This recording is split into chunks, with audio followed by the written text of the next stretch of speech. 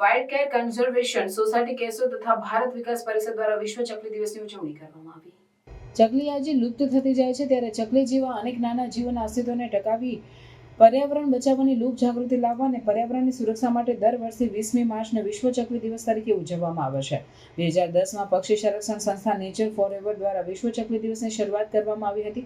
તેનો ઉદ્દેશ્ય ઘટતી જતી ચકલીઓની વસ્તી વિશે જાગૃતિ લાવવાનો હતો।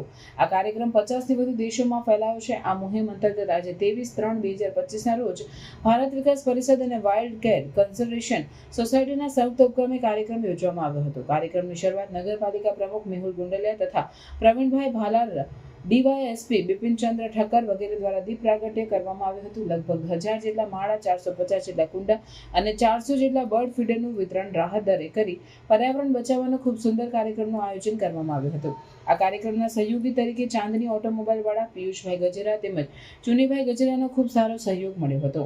વાઇલ્ડ કેર કન્ઝર્વેશન સોસાયટી તથા ભારત વિકાસ પરિષદ કેશોદની ટીમ દ્વારા કાર્યક્રમ સફળ બનાવવા ખૂબ જહેમત ઉઠાવી હતી।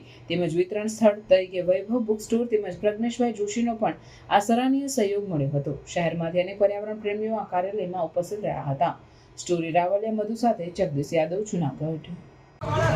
નમસ્કાર, હું જીતુ પુરોહિત કેશોદ વાઇલ્ડ કેર કન્ઝર્વેશન સોસાયટીના એક માર્ગદર્શક તરીકે આજે લગભગ છેલ્લા 25 વર્ષથી આ વિશ્વ ચકલી દિવસની ઉજવણી એ અમે આમ તો જુદા જુદા બેનર હેઠળ આ કાર્ય કરીએ છીએ।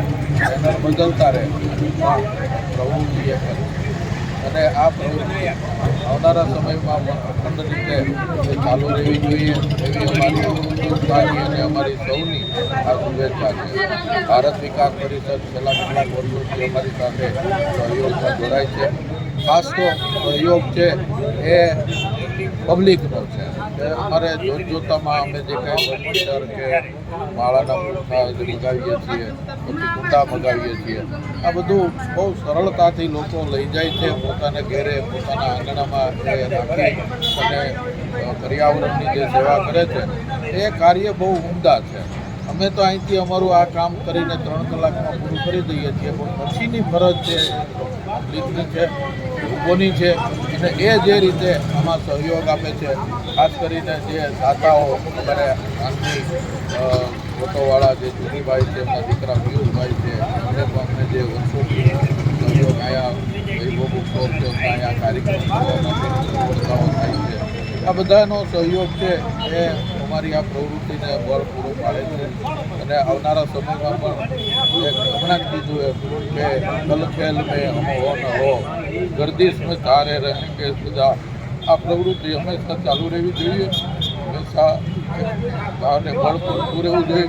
પ્રજા આ પ્રવૃત્તિનો દીપ અખંડ જલિત રાખે અને એટલી પર્યાવરણની આપણે સેવા કરીએ અને વિકાસ કરીએ તો આપણે ભલે મકાન સારું બનાવીએ અને એમાં પણ ક્યાંક આવા પક્ષીઓ માટે કંઈક સગવડતા રાખીએ તો આ પર્યાવરણ જીવન થશે તો આપણને જીવન જીવવા જેવું લાગશે, બાકી નહીં લાગે।